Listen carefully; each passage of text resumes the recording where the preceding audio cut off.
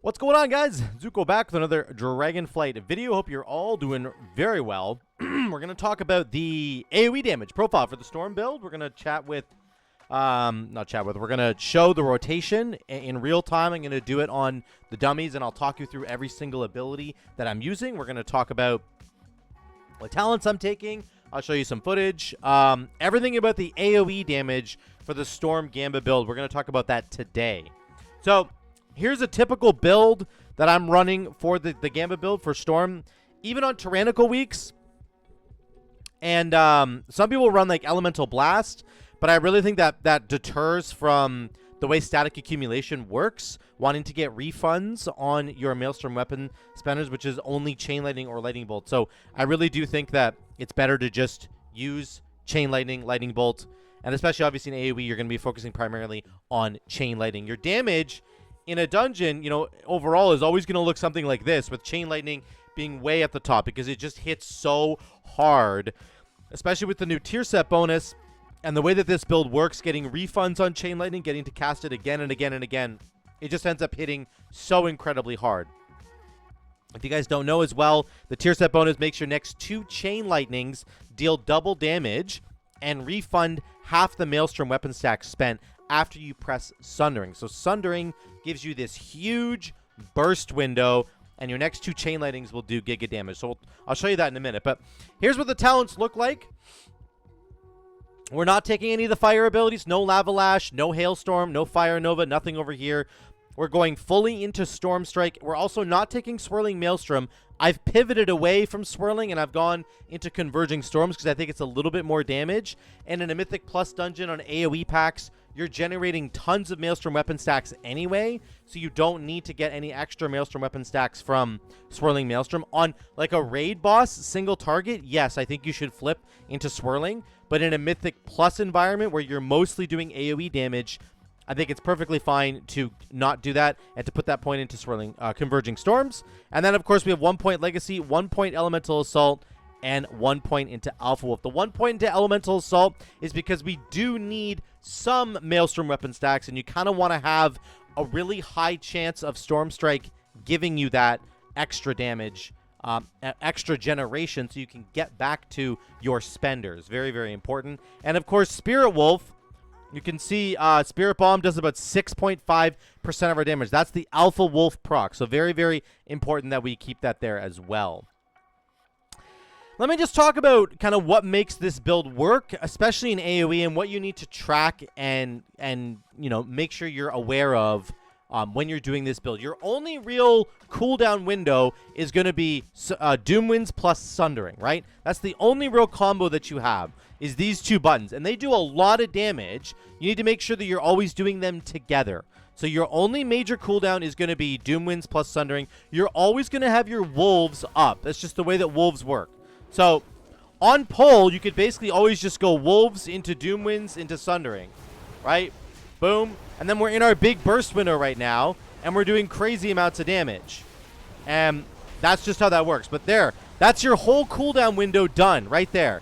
As soon as Doomwinds falls off, which it did right now, then you're done. And then my wolves are back already. Wolves don't really count as a cooldown, right? So that's, you can see we're doing about 300k there without me even really paying attention. But that's your only real cooldown window. And you can see Wind Fury attack goes through the roof. When you do Doomwinds plus Sundering, it's really, really strong because Sundering has basically a guaranteed chance to proc tons and tons of Wind Fury procs, and then Crash Lightning also procs a ton of Wind Fury, which when you press Doomwinds, your chance to proc Wind Fury goes up by 200%. So very, very good combo. That's your big DPS cooldown that you have, but that's it. So it's very simple. This build is very simple to execute. The rest of the rotation is just going to be Crash Lightning, Chain Lightning, and Storm Strike, and I'll get to that in a second. Here's the other 2 things you need to look for when you're playing this build. Number 1 is going to be Legacy of the Frost Witch procs. You need to be tracking when this thing is activating. Remember, when you consume 10 stacks of Maelstrom weapon, it will reset the cooldown of Storm Strike. So you can press 1 5-point spender and then another 5-point spender, and you'll get Storm Strike back. You can press 1 10-point spender and you get a Storm Strike back. You can press a 7-point spender and then another like 5-point spender, and you'll get Storm Strike back. So there are like many, many, many ways to do it. it isn't just going to be, I think when we first initially saw this, people thought like, well, it's that you have to consume 10 stacks in one go. You do not have to consume it all in one go. You can do 5 and 5, 7 and 3, 4 and 6. Like, you can do whatever. I mean, you can't. You could do a 4-point spender, but that'd be really bad. But the point is, it'll always be proccing for you. You need to be tracking it. I don't have any weak ores or anything that helps me track it. I'm just kind of always paying attention. I've played this build long enough now that I'm just kind of in tune with what's going on that way. So I can kind of tell when I track it. But if you want a tracker for it, I know there are some out there that will work for you to sort of put it on your screen in a more noticeable way. Like, hey, your Storm Strike got reset. Make sure you press it, okay? That's the first thing to track. The second thing to track is going to be static accumulation. This is obviously the newest addition to this build. It's really, really fun. Getting a chance to refund the Maelstrom weapon stacks that you spend. This is what really keeps the build rolling. It really continues to fuel the build and make it work. Without this, I don't think the build would really work at all. And it's also why I don't take LE Blast, because I want to be using Lightning Bolt and Chain Lightning because I want a chance at getting the refund. If you get those refunds, it just continuously fuels the build, right? Because you can use another spender right afterwards, which will give you another legacy proc, which lets you cast Storm Strike again, which lets you press, hopefully, proc DRE again. And that's the whole point of the build, is to press Storm Strike as much as possible so you can proc deeply rooted elements. That's the whole build right there in a nutshell. So that's the two things you need to be watching for. Your Legacy of the Frost Witch procs, and your static accumulation refunds in case you get one. You need to be paying attention to that. So let me do a gameplay demonstration here. I am going to pop Lust. I'm going to go really, really crazy here and try to show you the damage as well as the rotation. I'm going to be calling out the rotation as I do it. But remember, I also have TrueFi GCD down here. Okay? It's tracking what I'm pressing. So if you want to see what I'm pressing, you can see it right here, okay? Right underneath my character. And that'll help you that way, okay? So the opener is always the same. You want to go Feral Spirit plus your potion, let's say. You want to go Wolves into Doomwinds into Sundering. Do not press Sundering before you press Doomwinds or you're losing a lot of damage, okay? Now remember, once we press Sundering, we're going to get our big tier set bonus of Chain Lightning going on, okay? And that's going to be, we're going to make sure we want to spend those Chain Lightnings. Now, I'm going to be calling out my rotation as I do it, and I'm also going to be helping you guys understand how to handle Legacy of the Frost Witch, because there's going to be moments where you have 10 stacks of Maelstrom weapon, so you should use a spender, but your Storm Strike is off cooldown, so you want to get Storm Strike on cooldown first, then use a spender, because then it gives you Storm Strike back. See how that works? So I'm going to try and walk you through that as we do this, okay? Right now I'm 437 item level. I'm not using Primordial Stones. I got some whatever trinkets. I'm using the Corrupting Rage file, and these are my stats, okay? So here we go. Let's get this. We're going to pop Lust with Wolves and Potion, and then we're going to go. So Wolves, we're going to go, oh, I'll just go Crash. Doomwinds, Sundering. We're at 10 stacks. Chain Lightning, Crash Lightning. We're at 10 again. Chain Lightning, Storm Strike, Crash. I'm at Chain Lightning again. Wolves are back. Storm Strike, Crash Lightning, Storm Strike, Storm Strike. We're going to press Storm Strike over and over again because we're in that window now, okay? We want to press it. Whenever you get a proc, you want to press it, okay? Crash Lightning, Chain Lightning, Storm Strike, Crash Lightning, Chain Lightning. We got a, okay, Storm Strike now, Crash Lightning, Storm Strike again, now Chain Lightning, Storm Strike, Crash Lightning, Storm Strike, Storm Strike, get it on cooldown, then Chain Lightning, Wolves are back, Crash Lightning, Storm Strike, it's on cooldown, Chain Lightning, Storm Strike, Storm Strike. We got a proc, we're going to go. We just press it. We're ignoring Sundering right now. Just ignoring it right now, okay? Wolves are back. Do that first. We'll do Spender here. Then we go Sundering. And then we go back to our Chain Lightning here. We got a refund, so we're going to Chain Lightning again. Get Storm Strike on cooldown. Storm Strike, Chain Lightning. Okay, Wolves, Storm Strike, get it on cooldown. We're going to get it on cooldown here. Then we Chain Lightning, get it back. Then we Storm Strike again. Okay, see how that kind of works? Storm Strike, get it on cooldown, then Chain Lightning. Storm Strike, we got a proc. Let's keep going with the procs. We're going to keep pressing Wind Strike as much as we can. Okay, now we get our Wolves out again. Our second Doomwinds window is coming. Chain Lightning, Storm Strike. We got a Chain Lightning refund. Let's press it again. Got a Chain Lightning refund again. Press it again. Okay, Storm Strike. Now we go get Storm Strike on cooldown. Then we go Doomwinds with our Wolves up. Wolves, Doomwinds, Sundering. Boom. Then we go Chain Lightning. Oh, we got a proc. We're going to press Wind Strike. Wind Strike, it's going to Chain Lightning for us. Wind Strike, Wind Strike, Wind Strike, and that's it right there. So you can see we were hovering 300k or more than 300k realistically, for most of that fight. This is what it's going to look like. I hope you guys were able to follow along there. I know it was really quick, but you can see this is kind of what it's going to look like.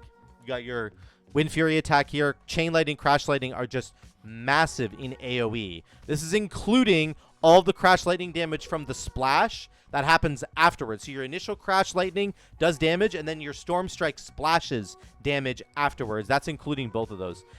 So remember, one thing I hope that came across while I was doing that test is that there were multiple moments there where I had 10 stacks of Maelstrom Weapon ready to go, and I needed to get Storm Strike on cooldown first.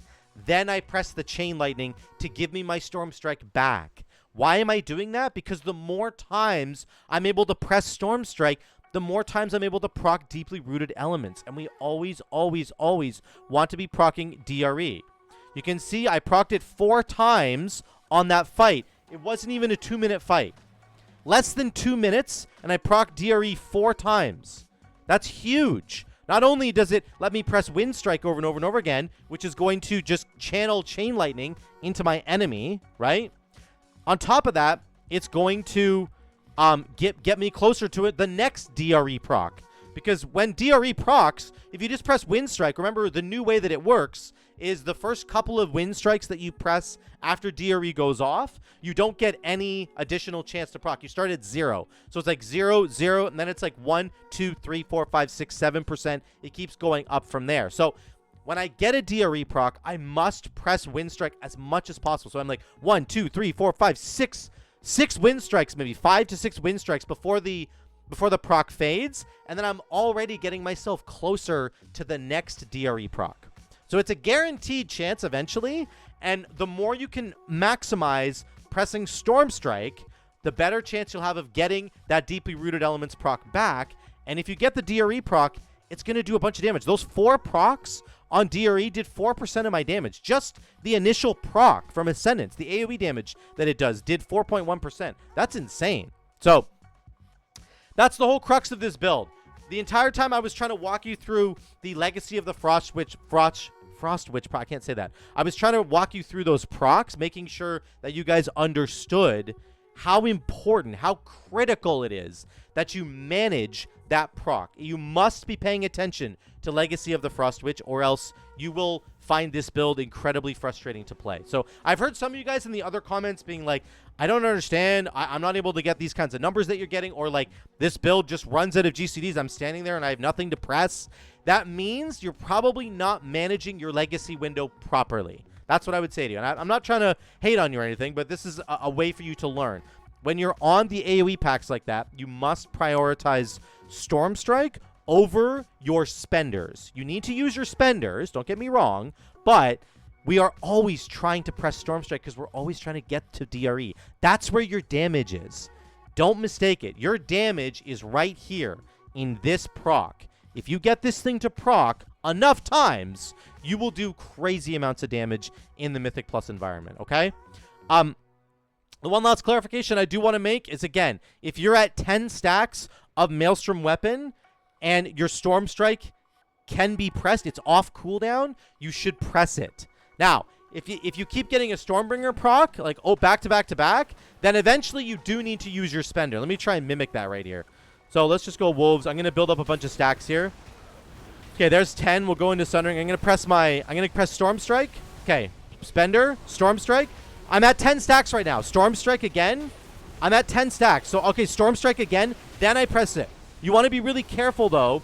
You don't want to stay at 10 stacks of Maelstrom Weapon for too long. If you stay at 10 stacks of Maelstrom Weapon for too long, it's very, very bad. So I would say the best rule of thumb, if you're at 10 stacks of Maelstrom Weapon, okay, if you have 10 of them, and your Storm Strike is off cooldown, press Storm Strike. If it refreshes itself immediately, press it again. Press it twice. So you're still at 10 stacks of Maelstrom Weapon. You haven't used them. Press Storm Strike twice. If it refreshes itself again a third time, use your Chain Lightning.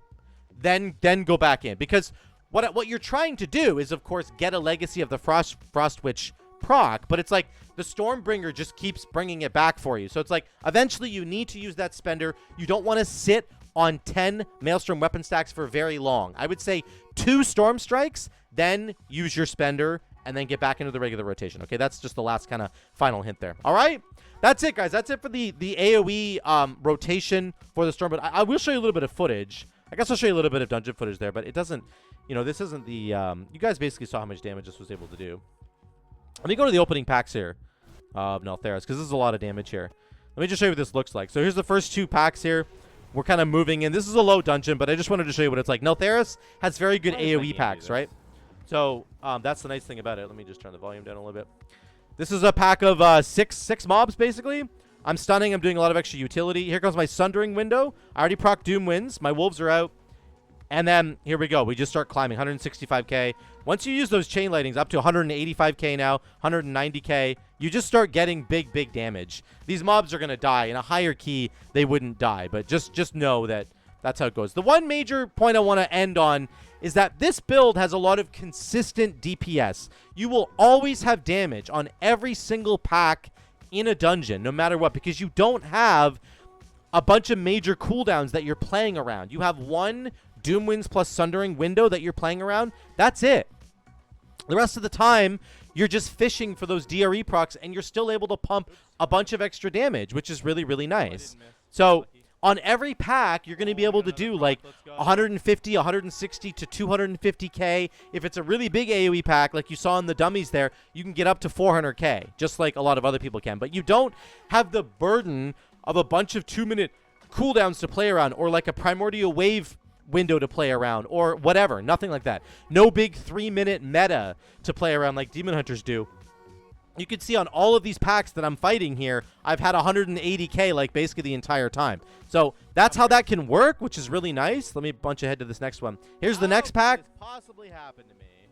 Here we go. I'll pop Sundering. We're at 112k. This was kind of an elongated fight, but 120k. You can just see on every pack, you're able to just get your numbers right up there. There's another proc on DRE. I get so many procs on DRE in dungeons because I'm maximizing that Legacy of the Frostwitch proc. That's what I'm really trying to do there. If you're able to do that correctly, it's really huge. Here's another big pack. We're doing 150k. I mean, we were pulling all these packs together, so this damage would be much higher. I know some of you guys are going to critique it, but we're up to 200k here. The tank's basically been dragging mobs since like the beginning of the dungeon because this is an easy key. But I just wanted to show you that it is possible for you to do, you know, to have big numbers like that, but you're always basically just going to have a consistent DPS profile all the time with this build. It always is able to do damage on every single pack as long as you respect your procs and you play it correctly. That's what you need to do. Okay? I hope that clears it up for some of you how to do AoE damage on the Storm build. Get in there to your dungeons, get into Mythic Plus, and start cracking some skulls. Let me know what you guys think in the comments down below. I'd love to hear from you. What has your experience been with the AoE build, with the Storm build? I would love to hear from you all down there. Thank you guys so much again for watching. I love you all. I will see you in the next one.